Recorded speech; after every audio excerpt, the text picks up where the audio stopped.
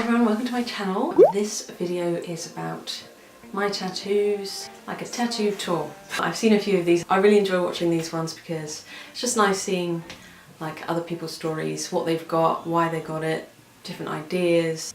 But yeah, this is going to be my little tattoo tour of the tattoos I've got over the years. So I'm probably going to do it in order of when I got them as a timeline. My tattoos, they don't like specifically each have their own individual meaning. Mine is more of like a timestamp of the time in my life. It kind of like represents that as like a... Do you know what I mean? I don't know. Anyway, so the first one I will show you, I got this when I was, I think, 19 or 20. It kind of represents ending my time in Salisbury. Decided that's it, I'm gonna leave home, I'm going to move to Bristol and start a new life for myself there. It represents kind of letting go of certain things in that time, but also like a bring it on kind of thing. Bring on the world, I'm ready. Obviously I was 20, so I totally wasn't ready, but you don't really think like that at the time. You think you know everything. I love this tattoo. I get a lot of compliments about this one, so I've got no regrets at all. But yeah, this one's my foot, so I don't know how I'm going to show you. I'm probably going to have to get the second camera out. I'll just do like a quick little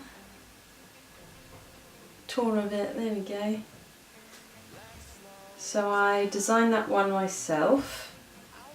That's quite important to me. I don't want to just, you know, look at a picture and be like, oh, I'm going to get that. It has to be something I've sat down, thought about, got my creativity out in some way. It was done in Salisbury by a lady and it took about 20 minutes, really quick for that one. First tattoo, so I had no idea how painful it was. Everybody in there was taking the mickey out of me because I looked terrified. I was just biting my hand like that for the whole thing. But she was really nice and I'm really happy with it. I love it. So yeah, that one is basically a timestamp of moving on to a whole new life. So yeah, there's that one.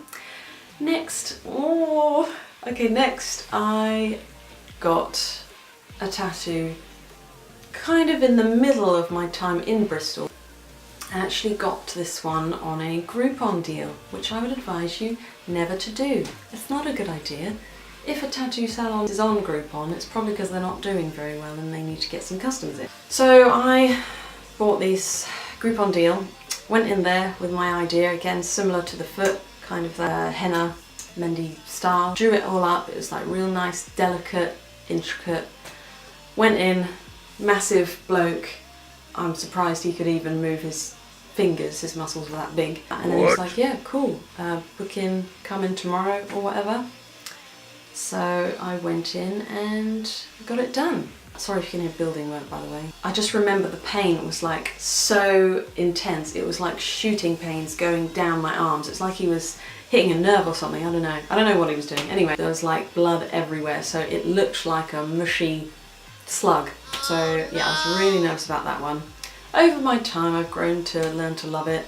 Well, I don't love it, but I don't hate it. That's the main thing. So I don't know how I'm going to show you this. There it is. So yeah, that one is basically another timestamp of Bristol. Messy tattoo, messy life.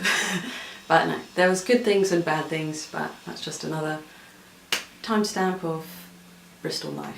So then I upped and moved to the other side of the world, to Australia, to be with my now husband. Lived there for 3.5 to 4 years. Right in the middle of that, all of a sudden out of nowhere, I just went through this random like anxiety attack mode for like quite a few months.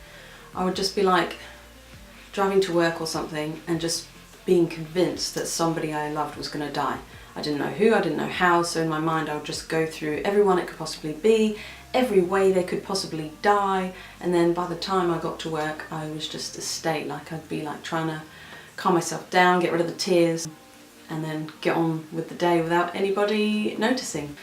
I ended up sorting that out eventually. I got some help through the mental health program they have in Australia. Australia is amazing for their mental health stuff. It's like talked about, like your friends will just ask you every now and then like, oh, how's your mental health? It's just something that nobody that I know of would ask in England, like, how are you doing mentally?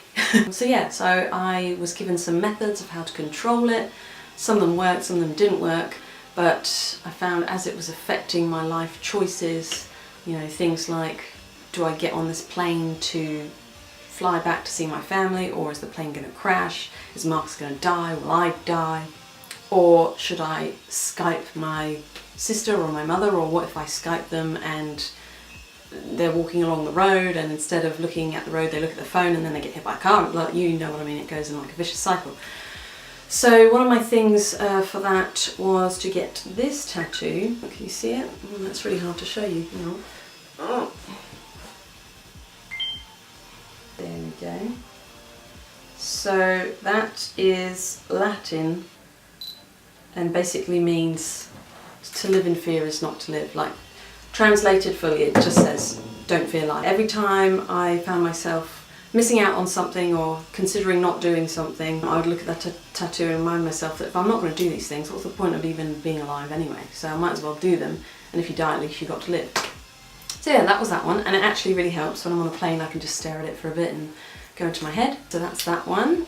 And what else I get? Yeah, this is the latest one. I actually got this just a few days ago, and it's this one here on my arm.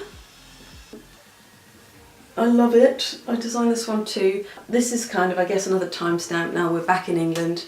We started our new life in Exeter. I'm nearly coming up to, I got a few years yet, but I'm coming up to 30 after a few years.